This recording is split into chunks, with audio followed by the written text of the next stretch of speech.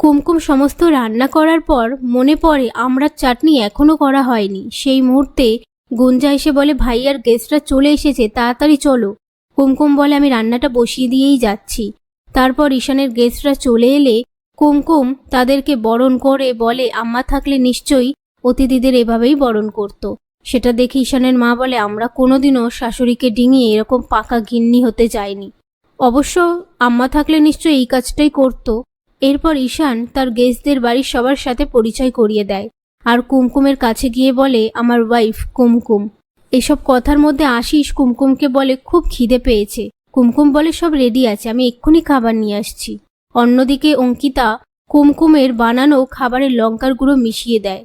এদিকে কুমকুম খাবার আনার সময় আঁচলটা রেলিংয়ের সাথে বেঁধে গেলে ঈশান এসে আঁচলটা ছাড়িয়ে দিয়ে কুমকুমকে ধন্যবাদ জানায় আর কুমকুমের মুখে হাসি রাখতে বলে।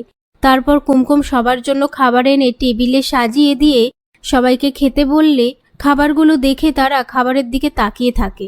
কুমকুম বলে, আপনারা খাওয়া শুরু করুন। ঈশান বলে, ওরা তো নাম জানে না, তুমি নামগুলো বলে দাও। তখন কুমকুম খাবারের নামগুলো বলে দেয়।